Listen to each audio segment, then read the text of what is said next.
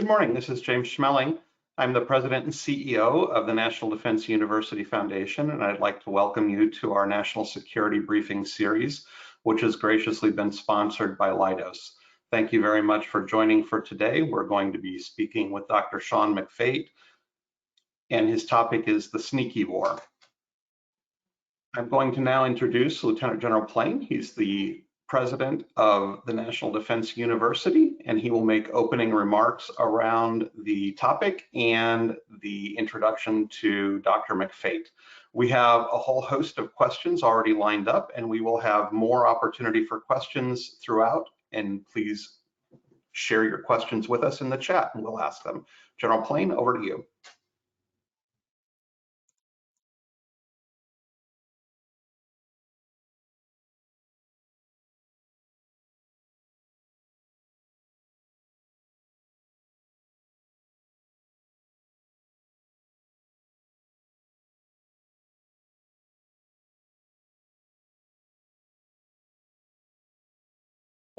National security issues facing our nation. Today's engagement with Dr. Sean McFate is a perfect example of this, and it certainly will be my pleasure to introduce him momentarily. It's worth noting that over the years, NDU has conferred advanced degrees on more than 20,000 military leaders, diplomats, senior government officials, and partners from 152 countries around the world. This year's class of 644 students and our various master's degree programs brings a uniquely valuable diversity of perspective and experience. They represent the entire national security team with students from every US military service, 42 federal agencies, 75 nations, and 2 private sector firms. Our security and defense strategies depend on a whole of nations team working together seamlessly. That is what we prepare our graduates to be able to do. As we have seen recently, the national and international security environment can change very quickly. Helping our students think critically, holistically, and strategically with an understanding of the use of all instruments of national power is the best way we can prepare them to lead successfully as they face some of the most difficult challenges imaginable. And that brings us to today's topic and today's speaker.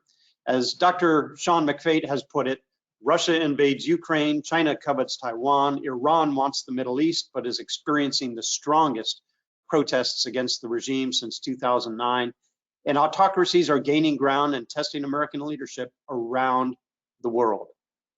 Add to that the impact of new technologies, and the security environment is more complex than ever and is redefining the character of war.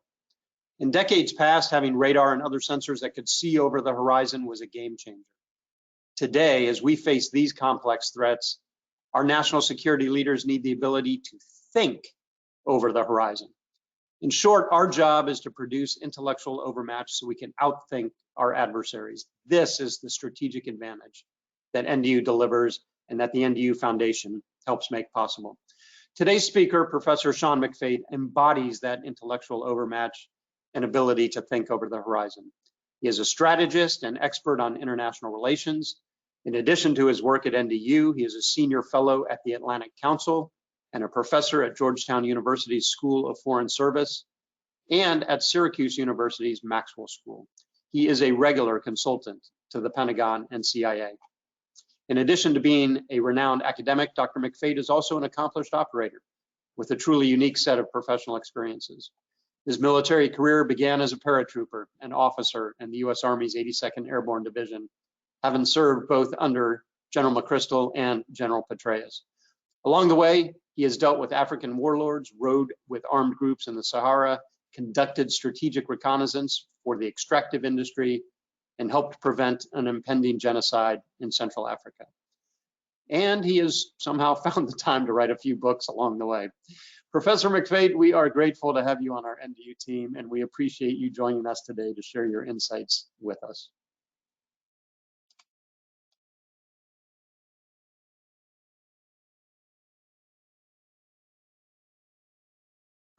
Thank you very much, General Plain, and it's a great pleasure to be here at National Defense University. I want to talk to you about something called the sneaky war. It comes out of my book that came out 2 years ago called The New Rules of War, and it looks at war a little differently, a little untraditionally.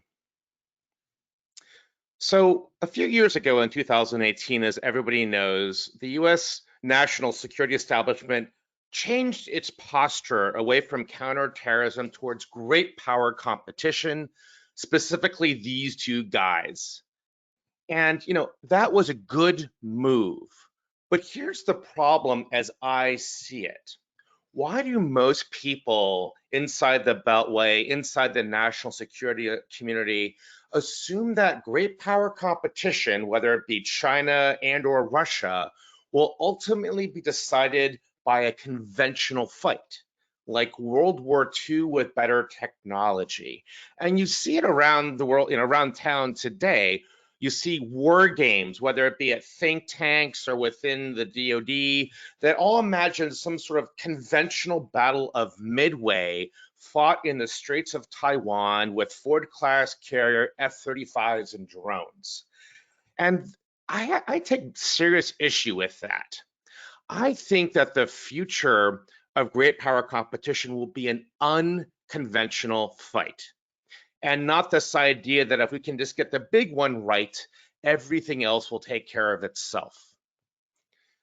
I say this for a few reasons, and this might be fighting words for some. But before we get there, let's just discuss what we think of as conventional warfare, or traditional warfare, as it's often called now in the Department of Defense. First of all, war is seen as the failure of peace. And, we think about war like pregnancy. You either are or you're not. Also, it's conflict between two states, two Westphalian states. The military is the main tool to win. Yes, it's, you use all instruments of power, but the one that matters most in war is the military. And battlefield victory is everything. Think of Waterloo, think of Gettysburg, think of Midway, think of Stalingrad. Those battles were the day that the war was won, but not the day that the war ended. And this is all the strategic logic of Clausewitz, Jomini, Mahan, and others. And in this type of conflict, it nominally obeys the laws of war, the laws of armed conflict. The driving ideology is nationalism or patriotism, and the paradigm of this for the United States especially is World War II. Not just in our thinking of war games, but also in our culture. I mean, every year there's another Hollywood movie made up about World War II, from Saving Private Ryan to Band of Brothers. It's the greatest war fought, it's the good war fought by the greatest generation. This is the paradigm that the United States, inhabits. But I think that great power competition will not be a conventional fight. And there's at least three reasons. The first is that nuclear weapons make great power competition between, nuclear great powers, either, no conventional war or a very, very short conventional war. One of the problems with these war games is they have an artificially prolonged conventional war phase, and when sort of all other avenues are exhausted, then they go to nukes. We don't know that. There could be it could be a nuclear war tomorrow in Ukraine. It could go, nuclear in the Taiwan streets within hours or minutes. And this has been the truth since the Enola Gay.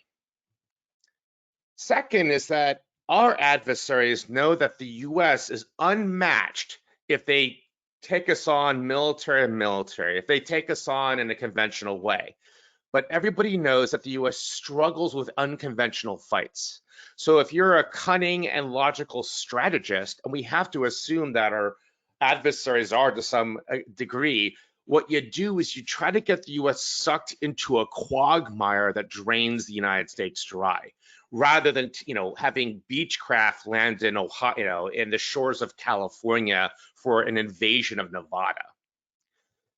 And lastly, and controversially, I believe that we live in a post-conventional warfare era.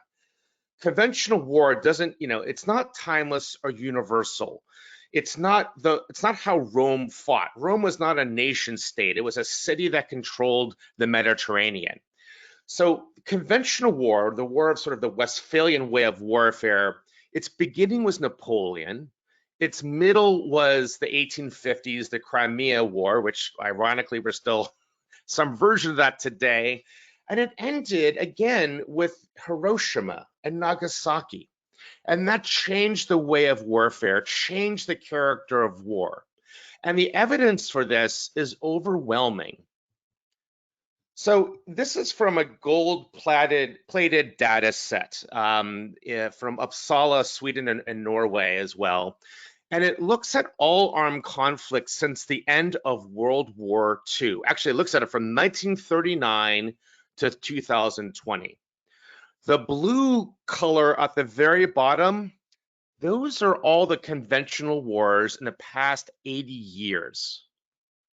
The orange is everything else.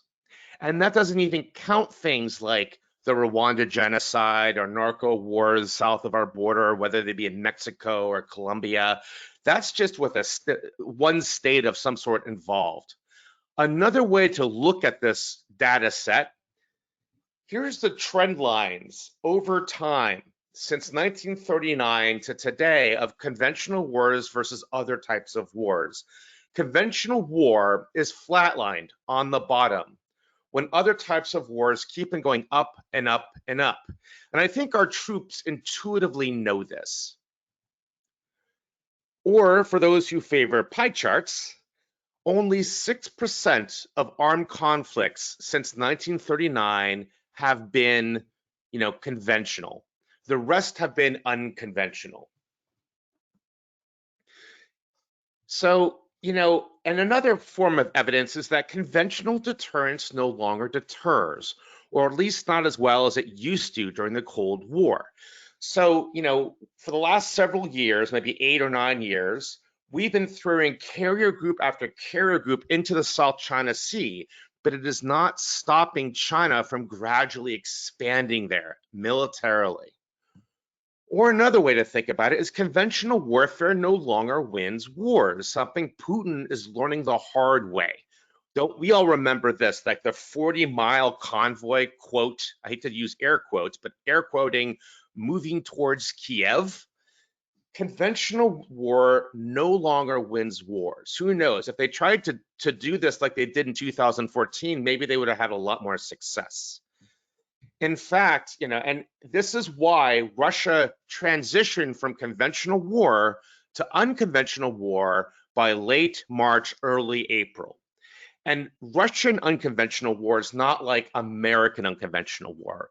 We're about winning hearts and minds. They're about, massacring civilians and flattening cities, as they did in Grozny, as they did in Aleppo, as they're doing today.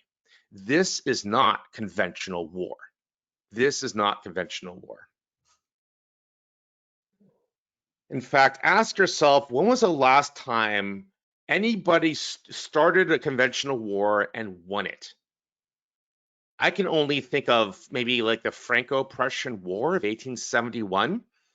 I don't know. If you know, email me. I'd be curious to know. The last time an aggressor won using unconventional warfare. An aggressor, somebody who started the war, won it using conventional war.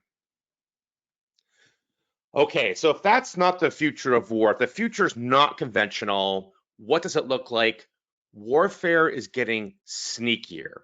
It's getting sneakier. And what does that mean? Why is it? Well, for the last 30 years, we have been living in an information age. And we probably will for the next 30 years, unless there's some accidental nuclear Armageddon. And in information age, warfare, information becomes a center of gravity in modern war, in the way that firepower used to be in, say, the 1940s. So information in an information age becomes a center of gravity that might matter more than lethality. I'm going to talk to you about what this means at the strategic, operational, and tactical levels of war. So at the strategic level of war, which is where you win wars or not, It's not about blitzkrieging in and taking a country. It's now about the blue pill versus red pill choice. You try to manipulate population's perception of reality to favor your national interests. War is becoming epistemological. And in philosophy, epistemology is the study of how do we know what we know is true or not. And if you could persuade a country that, its enemy is, if you could persuade America, if you're China, you could persuade America its enemy is not, say, China, but Russia or something else, that is a way to win. So in conventional war, the way you won was battlefield victory, or what we call large-scale combat operations today, LSCO. And that means you basically took more of the enemy's territory, you killed or captured more of their military, and you flew their flag, your flag, over their capital. Nowadays, it's all about telling truth from lies. Russia, China, with its three warfare strategy, they want to hack elections, for example, and the strategic logic is compelling. Who cares about the sword if you can manipulate the mind that wields it? If you can choose a prime minister or a senator or a president who's sympathetic to your national security aims, that matters more than how many aircraft carrier groups you may have or the enemy may have. In fact, one could even question the utility of battlefield victory today. 2003, the US won a stunning Clausewitzian battlefield victory over the Iraq military. It was inconsequential for the outcome of that war. How do you do this? What are WMDs today? Well, they're information ones. For example, you can get online today and make your own deep fakes. Can you imagine making a deep fake of, say, the commanding general of Ukraine, who's Russia's commanding general of Ukraine, caught in a quote off mic moment saying that Russia's doomed, it will never win this war. By the time that will create a lot of disruption, and by the time Moscow puts that fire out, the damage is sort of already done. You can also make fake Twitters. You can make fake everything, and our adversaries are certainly doing that to us. Fakes are getting increasingly easier to make and harder to spot, even with AI. And they're easy and they're cheap to produce and expensive to suppress, which makes them a very effective, non-kinetic weapon of modern war. And here's how you win. It's not landing Beechcraft on Virginia and seizing Washington, D.C. with tanks. It is subverting your adversary from within. You find an existing old wound in the adversary's society. You pour JP4 aviation fuel on it. You light it on fire through deep fakes and through other these things, and you tear it apart. And the idea is to try to get a society to tear its own throat out so you don't have to. And what victory looks like for Russia or China in this stance, and it's not just those two countries, is not that we disappear like Berlin in 1945. It's that we become a first world country without a first world power. We're become more like the United Kingdom is today. Once a superpower, and today not so much. They live with first world standards, but they don't have first world global authority. That's a win for China by 2049. Now, at the operational and tactical levels in an information age, plausible deniability, it can eclipse firepower. Or as the old saying goes, which actually goes back to Confucius, good luck trying to find a black cat in a black room.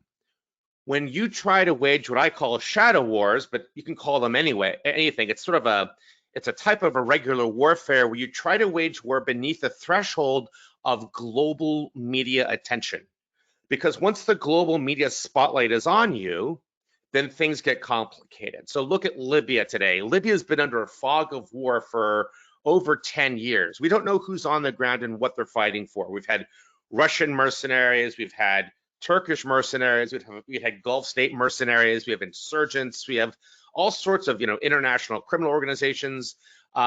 we don't really know what's going on there. Occasionally it bubbles up in high intensity conflict and it makes CNN or Fox, but then all sides bring it back down. Russia and the Ukraine in 2014, they created the fog of war with their internet research agency, the Troll Factory. And they used covert means and ways to slither through that fog of war. And while the West was still scratching its head about what was going on the ground in eastern Ukraine, the Crimea was a fait accompli. And only then did Putin lift the curtain of the fog of war and say, it's mine, I was lying to you, and now the tanks and the destroyers show up, not to fight, but as a symbol. China does the same thing with their fishing fleet. All those, they encircle an island in their cabbage tactic. All those fishing fleet, the civilians there have Chinese naval radios on board, and they take command and control from China's admirals. And this way, China blurs the line deliberately between civilian and combatants. Again, the assassination of Haiti just over a year ago. Mercenaries from Colombia assassinated the president of Haiti, and we don't know who hired them. They don't know who hired them. Somebody took out a head of state, and there's been no repercussions, zero. Some people have theories about who hired those mercenaries, but we really don't know. It's not the same thing as conventional war. So if this is the global environment and the geopolitics and the sort of the information age, how it shapes modern warfare and the character of war, how do you win? Well, you win by being sneaky. You have to pull a strategic jujitsu move. Some of you probably do jujitsu or aikido, where you use your enemy's weight against them. You use your enemy's war paradigm against them. So for example, what you do is you wage war, but you disguise it as peace to your enemies. So if you're China or you're Russia, and you know that the West and especially the United States has a very strong conventional war paradigm of what warfare should look like, then you can compete and hide your hit below the belt, because you wage war but disguise it as peace. So for example, Belt Road Initiative by China is not just an economic policy, it's also a national security policy that many consider to be debt trap diplomacy. It's like Tony Sopranoing other countries for assets that they care about, which you can ask Sri Lanka about, you can ask Indonesia about, maybe Pakistan too. Other things, weaponizing migrants. We see Russia and Belarus do that. They throw, Russia takes conventional bombers and they bombed civilian centers in Aleppo, in Syria, and this helped create a tidal wave of refugees into the EU that led to the Brexit, that is leading to the rise of right-wing national parties who want to leave the EU, like Italy, like Sweden today. That's a strategic objective of Moscow, to disunite Europe, making it easier to take piecemeal. Russia also weaponizes organized crime, like a fifth column. Cyber attacks, are they war? Are they peace? How many times have you had that conversation with a colleague? There's more too. Economic warfare, that's now a thing. We didn't have economic warfare in the Cold War because there were two distinct economic blocks, the communist bloc and the free trade bloc. Now we're one big free trade bloc, and trade wars are a thing, and they will become more of a thing, and we don't spend enough time on that in war colleges. Lawfare, how China and Russia deliberately tried to undermine international law in a perversion to sabotage it and people's faith in it. There's a growing question about whether China is working with Mexican drug cartels to fuel the fentanyl crisis in the United States. And the Department of Defense is finally waking up to supply chain security. We live in a global economy. We source things from around the world. Well, what happens if China or something, gets the hold of a market of, say, precious metals that we need for advanced batteries? These are ways to fight wars without it looking like war. Is it trade? Is it statecraft? Is it a regular war? Is it something else? I don't know. Vocabulary is a problem. So how do you win? Well, let me give you an example. When was the last time anybody in this room, virtually, saw a Hollywood movie with a Chinese villain? Just think about that. The last time anybody here saw a Hollywood movie with a Chinese villain. I bet you can't think of anything, at least not in this millennia. China bought Hollywood legally. And we've talked about how, war is becoming more epistemological. Hollywood is a WMD, and they're building their own Hollywood to eclipse ours someday, they hope. And if you look at like some studios, like legendary studios in Hollywood, are owned by Beijing the same way that Beijing owns Huawei. And that means if you're Sony, who doesn't like Beijing, but you want your movie to show in China, the second largest movie market in the world, you have to submit your movie to Chinese censors who censor it heavily. So owing to this sort of soft power, China is always the good guy, never the bad guy in movies around the world. So like the movie The Martian, who saves the day? Chinese NASA. In the movie The Looper, it's a science fiction movie about the future. Who owns the future? It's China. In all of these movies and more, China is always the good guy. And in their movies about us, like Wolf Warrior 2, which I'm sure nobody here has seen, we are the bad guys. This movie came out a couple of years ago, and it made like $800 million, which is like George Clooney money, and it didn't even show in the United States, the biggest movie market. In this movie, their top guy up there, he's like Rambo. He's like the Chinese special forces, super dude. And he goes to Africa, and this American guy in the movie, he's a private military contractor like Blackwater, but nobody in the world distinguishes between a U.S. Marine and Blackwater. To everybody else in the world, they're just the same. Only Americans see any distinction. And that contractor and his private military company are, killing African villages and, beating up and Chinese nationals in Africa. And that Rambo guy up there goes and kicks his ass, and in a big boss fight, and the American dies, and everybody goes, woohoo, the good guys won. America is being vilified. So you're asking, you're like, okay, fine, McFate. I didn't, log on to do film theory, but this is a form of victory. If all of our grandkids speak Mandarin as a second language and are sympathetic to Beijing values, that's a form of victory. It's what we did to Nazi Germany. By the time the Berlin Wall fell down, West Germany all spoke English as a second language and were sympathetic to American values. Their Nazi ancestors would be fuming at the durability of our victory. This is called hegemonic victory. And this is what China wants to be, the hegemon of Indo-Pakistan area. Russia wants to be the European Asian hegemon. And so here's the problem with sneaky war, is that I often feel like autocracies are always taking pot shots at democracies, and we really can't fight back because we're democracies, and that we may be very good, but we can't, no goalie is perfect. The implications is autocracies can easily fight sneaky because they're not, accountable to elections. They control state media. They don't care about international law. They have a lot of power. And democracies cannot do this. We have First Amendment rights, where we have open societies.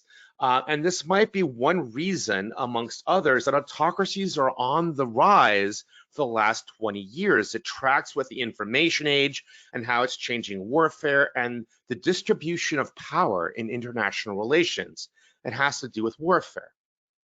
Now, we could fight back sneaky, But before we get there, and I'll sort of close with this, is like maybe we are already at war with Russia and or China, and we don't know it yet, and that's by their design, because they're using sneaky strategies that disguise war, they disguise war as peace.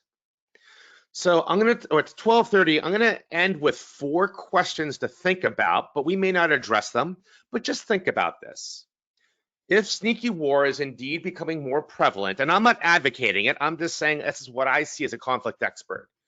1, can China become a regional hegemon by 2049 as they wish and avoid LISCO and avoid major battle with the United States, which is not the same as a peaceful rise? 2nd, should our laws of armed conflict, which are really designed to manage conventional war, should they be kept as is? Should they be updated to reflect modern war and perhaps sneaky war? Or should they just be abandoned as, an overreach? Should the US start to fight a little bit more sneaky, as we used to in the Cold War, sometimes to good effect, sometimes to catastrophic effect? But we've done this before, and if so, what might it look like? We don't want it to look like Russia or China, but what might it look like? And lastly, is it really somehow better to lose honorably than win dishonorably? Let me repeat that. Is it really somehow better to lose honorably than to win dishonorably? So with that, I thank you very much, and let's turn it over to a discussion, James.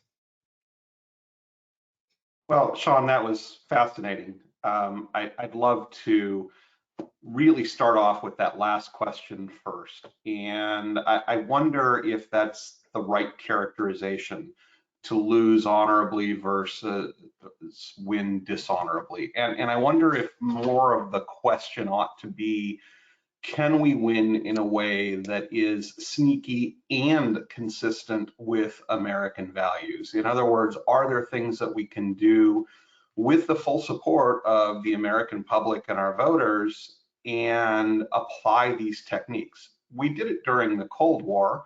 It wasn't transparent, but I think our population knew we were engaged in things that they might not approve individually if they knew about them, or might not want to know about. So let's start there. It's a great question, James, and I really think we should open that to everybody as well. My sort of thoughts are it's very hard because, first of all, during the Cold War, there's 2 differences. During the Cold War, you had this nuclear Armageddon breathing down everybody's back. And I know that to a lot of younger folks in the audience, they may not remember that. It's to them, it's like the Peloponnesian War, the Cold War. But when I entered the Army in 1988, the Soviet threat was still a threat, and it was able to galvanize Republicans and Democrats in a sort of a generally nonpartisan way to rally around the flag. And we don't have that today. And I think that's also partly potentially by design of our adversaries. And the second is that, the disruptive technologies now of communications, of deep fakes, of everybody has a cell phone, so they're now a reporter, a videographer, an editor, and a publisher instantly anywhere in the world. That changes warfare in a way that wasn't the case when we were all using typewriters and whiteout. So I think, are there ways to do it now?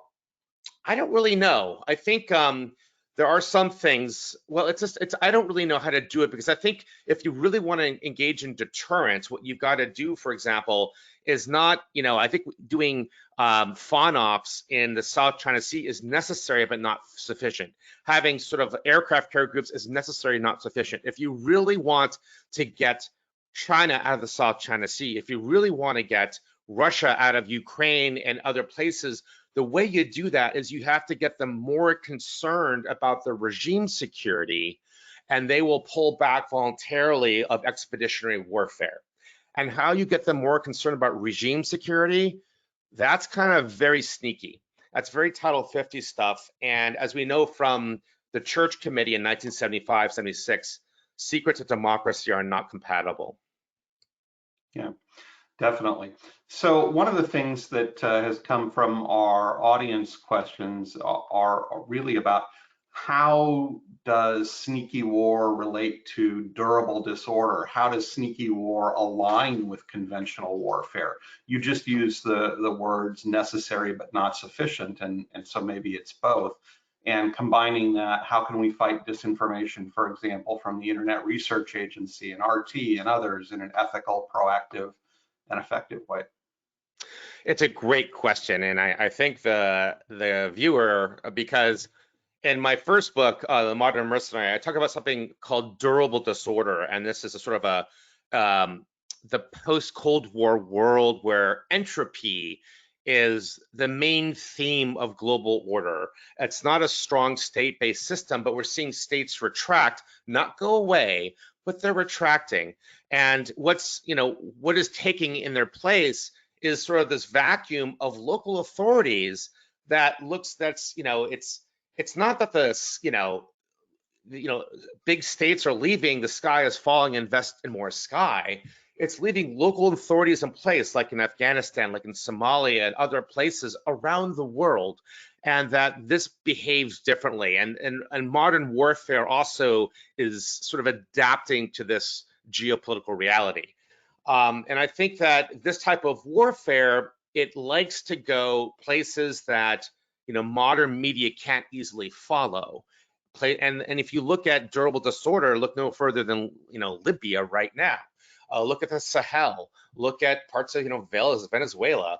So I think that this type of warfare enjoys and seeks and benefits from the durable disorder. How we combat malign information is indeed one of the core problems, and I don't have a great answer for it, because we as a democracy, we have to maintain freedom of thought, freedom of speech. Otherwise, if we don't, then we will become the autocracy that we hate. It's what happened to Athens in the Peloponnesian War. So I think that we have to, and I don't believe you can do things like say, well, we need better education. Sort of like generational solutions never work. But for example, maybe there are some things we can do. Like, we all know the problem of clickbait. Well, we all have clothes on ours that say like where your shirt is made. For me, it's like Vietnam or Bangladesh. For some of you out there, it's like Milan or Paris, I'm sure. Could we do the same thing for clickbait? Could we say this clickbait made in North Korea, this clickbait made in Russia? Might that influence people's sort of consumer choices of information without telling them what to think and what to do? So I think, can we find some way to influence Americans so they can to make better information choices without dictating?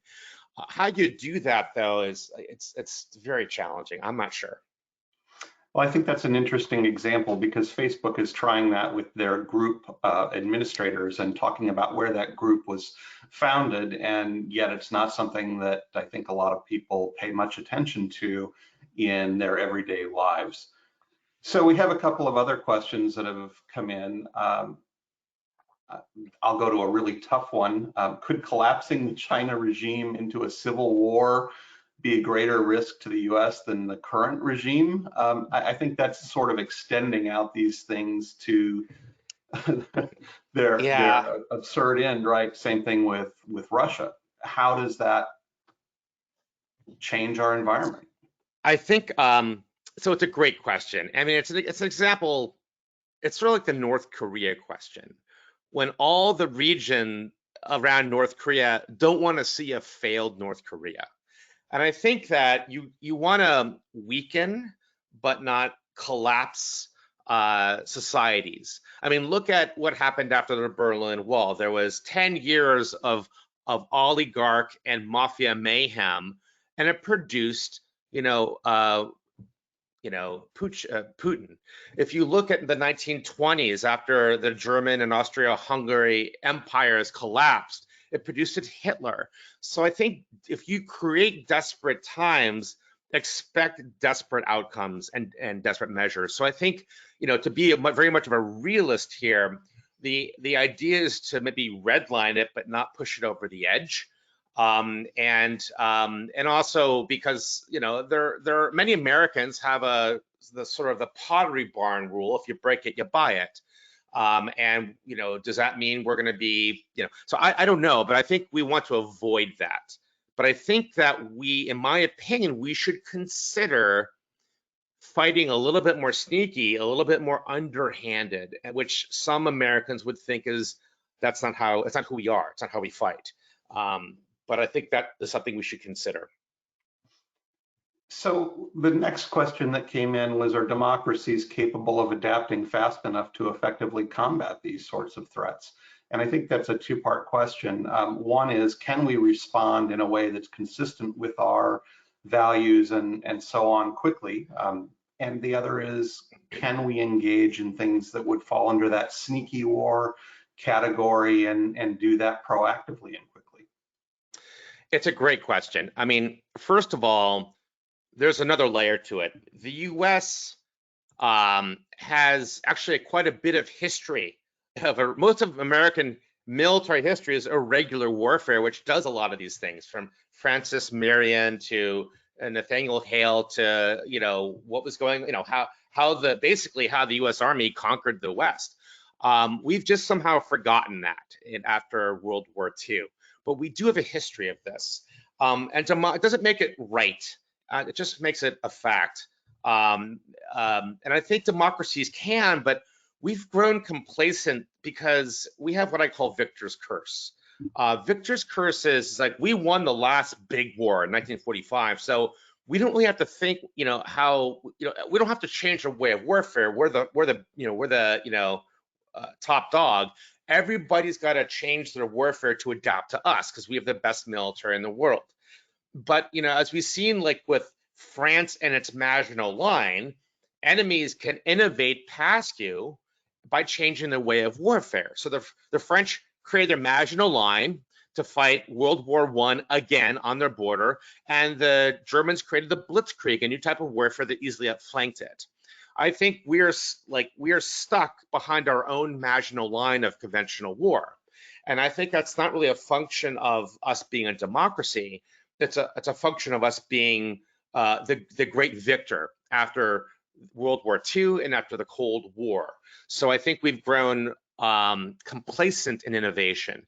I think we can do this, but we might have to lose a lot of blood first. And I'm trying to avoid that by sort of putting this idea on the table. And I'm not saying we should do it all 100%, but I think not considering it would be a strategic mistake. So you're a faculty member at the College of International Security Affairs, and many of our students in that college are international fellows. It's perhaps where we have the largest population, and we have several alumni and current students there who are asking about things like, if sneaky will win, do you mean the terrorist groups will lead the world? From an alum from Niger.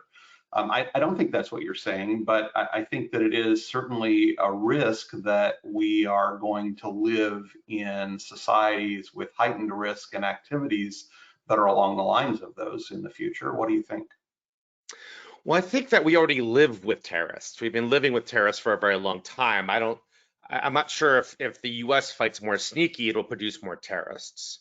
I think if anything, it might reduce terrorists, because we might decide, in some ways, our drone program is already fighting sneaky, right? I mean, we do targeted assassinations with drones. That has been very controversial, but it also works. I think there's a lot of literature show that it's pretty effective, but it's an example of sneaky war. So we're doing a bit of it. The question is, should we do more of it? And what would that look like? And what it would look like, for example, might be this. And I don't think this produces more terrorists. Autocracies hate color revolutions, like the Orange Revolution in Maidan Square. They hate them. So let's engineer a few or do more of that. Autocracies, they're built on lies. Their regime stability is built on distorting the facts of what's going on. I mean, we all remember the beginning of the Ukraine war, how Russia said it was going into Ukraine to liberate it from neo-Nazis, and people in Russia believed it, right? So is there a way that we can distribute pirate VPNs or use some sort of like Elon Musk satellite thing so people can Google whatever the heck they want to Google? We don't have to engage in propaganda. We just have got to pull back the veil and have people in these countries start to ask disturbing questions of their leadership in ways that erode public confidence in public institutions. Or even better, you know, if Russia says, hey, those mercenaries are not there, or those little green men are not there, well, who will miss them if they get disappeared by morning, right? There's Right. lots of things, and that imposes costs that really, that's how you do modern deterrence, is if you impose costs. If you weaponize plausible deniability as a way to counter it, or you weaponize implausible deniability. You can also do pre-bunking, which is what the US did before the Russian invasion. You use, without giving up sources and methods, you say, hey, this is what they're going to try to do. And you sort of, you pull back the curtain on their ruse and expose it. Now, I don't think that's going to create more terrorists. I don't even know if it's going to create more instability. Maybe it will. Maybe it'll also create more stability. So I think that's an open question. Great. So what are the roles of US allies in this? Well, I think we need allies. And the question is, what can we all live with? What can NATO live with? What can, what can our allies in the Pacific live with? We are all, I think we're all democracies of one stripe or another. But one of the problems we have, in my opinion, and there might be many who disagree, is that, look, less than 1% of the American public serves in uniform. And that creates moral hazard in public policy making. It's very easy to be belligerent and go to war or not go to war when you don't actually have to be the one doing it. But it would be very different if we had like a national service requirement, either military and or civilian, where you knew somebody who's going to have to go someplace. And the reason this matters is I think we'd have much more informed discussions as a democracy about national security threats if people were made to feel some of that burden too. But I think that's happening with a lot of our allies. Many of them once had mandatory conscription, and I think most all of them do not anymore. So this creates a moral hazard problem in these societies.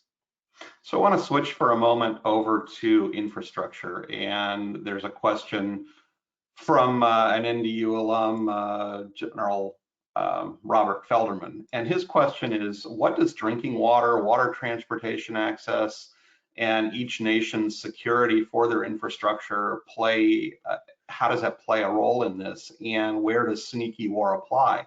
And I think informed by the events of yesterday, perhaps that's even more of an important question given what we see as a bombing of Nord Stream 1 and Nord Stream 2, although without certainty yet as to what the intent was or how it was accomplished. Yeah, well, certainly resource wars have always been a major component of war, and both a cause of war and a strategy and tactic of war, ever more so with global warming, et cetera. And we've seen how countries have used this, like in Yemen, water specifically in Yemen.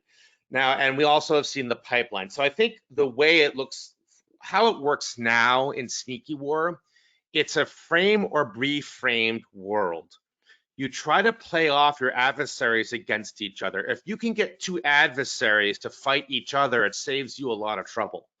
And this applies to non-state actors as well, even corporate actors someday. If you can do some sabotage but frame somebody else as doing it as a way to draw opponents together, That's a very Sun Tzuian and sneaky stratagem. In fact, if people don't know it, they should look up something called the 36 stratagems. There are these, there's almost as ancient as Sun Tzu. There are these Chinese list of stratagems that are very cunning, that Chinese businessmen also use in international business. But try to find that on the internet, and that's what sneaky war would look like, especially for a conflict like around resources. Thank you. So a question from a faculty member and from a student combined. The U.S. can no longer prevent widespread leaks as examples in the Department of Justice, the Supreme Court, DOD, et cetera. How can we conduct a sneaky war, and what are the benefits and risks associated with publicly exposing that? It's a great question. I mean, look, leaking is like a time-honored tradition in Washington, D.C. It seems to be getting more and more of a problem every administration. And you raise really important questions. Can you keep it a secret? Now, in my personal experience, one way of doing this, which creates a lot of problems, is you outsource it. Because we all know that if you were in a CIA ground ops unit, you're going to probably write a memoir. If you're a Navy SEAL, every other one's writing a memoir. But private sector doesn't do that because they take your house. They see your house, they take it. And that is one method to do it. Now, there's a lot of problems with that. First of all, it circumvents democratic accountability of the armed forces. The second one is that private sector, when you use the private sector to achieve public aims, private sector can play people off each other. I mean, think of like when you're going to remodel your kitchen and you hire a contractor to do your kitchen, and he says, it's going to cost $10,000 and take 2 months, and then a year later and $60,000 later, you still have no kitchen built. Contractors do that, right? It's as old as contract warfare.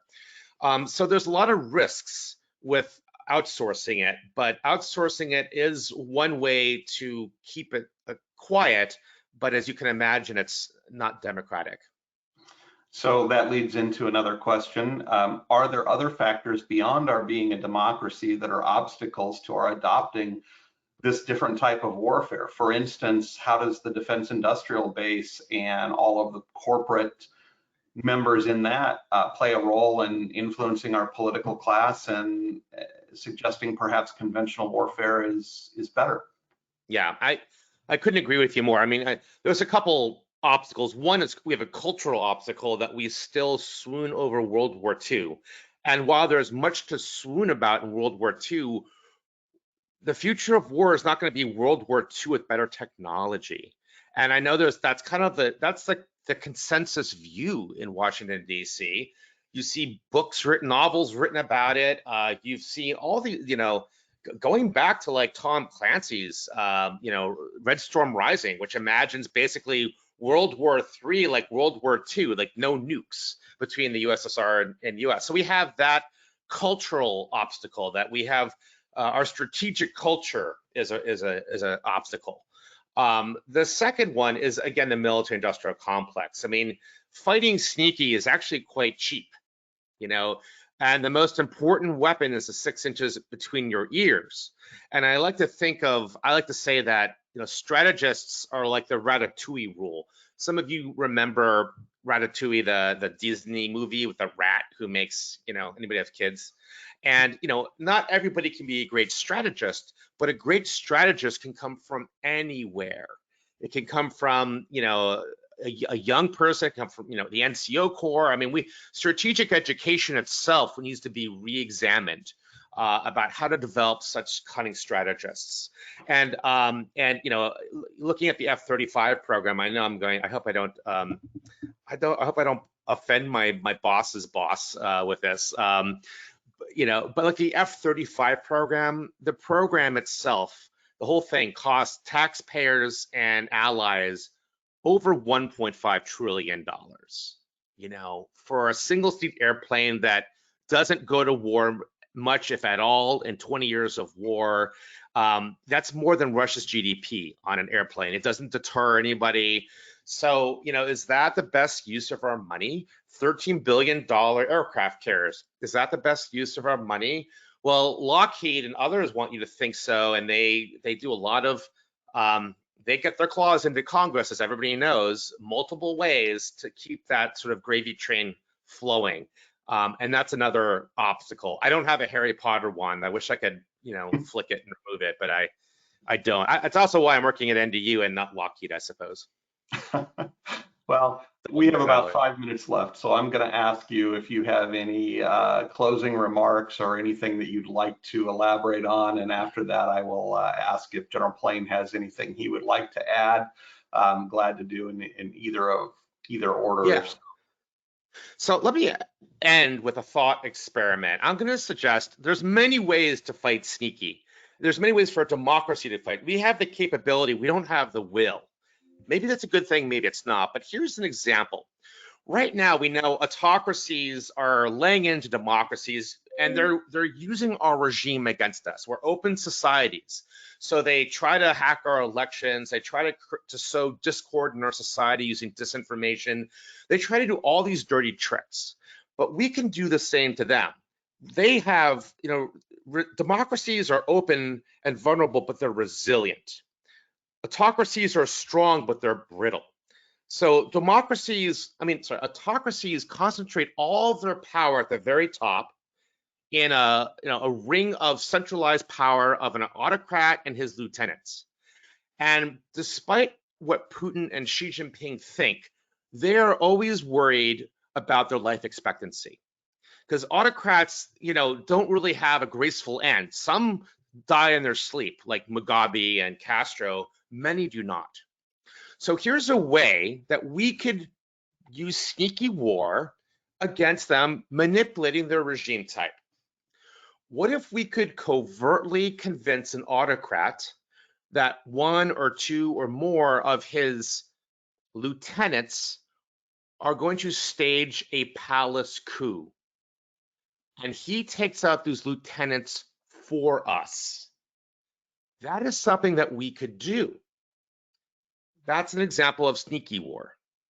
And, so that's the types of things I'm ultimately talking about. I'm not advocating that, to be very clear. I'm not advocating that, and I don't represent the US government in any capacity. It's just a thought experiment. And so with that, I'll close and just say again, is it really somehow better to lose honorably than to win dishonorably? Well, I'll make a comment on that. I wondered a little bit about that this weekend when we saw rumors of a palace coup in China, and then we saw Xi Jinping attending a cultural event and indicating that he had been out of sight as a COVID quarantine measure. So I'll stop with that comment. General Plane, do you have any closing remark? If so, we'd love to have you. Well, thanks very much again, James, to you and the foundation for hosting another thought-provoking talk. Professor McFate, thank you for sharing your thoughts with all of us. And ladies and gentlemen, thank you for dialing in. James, back over to you. Thank you very much. I hope you'll join us for our next session. We will have another faculty member in about a month from the Center for the Study of Weapons of Mass Destruction, speaking specifically about disinformation, misinformation, and ways to counter that. We have an awful lot of things to discuss. If there are topics that you'd like to hear from us, please let us know. Our comments are open. You can send an email to any of our team or to me, and we will see what we can do to address topics of interest. Thank you to all of our sponsors broadly, both the ones specifically for our national security briefings and for all of those who make it possible for the National Defense University Foundation to support the National Defense University. Thank you, Dr. McFate. Thank you, General Plane. I hope everybody has a wonderful rest of your day. Take care.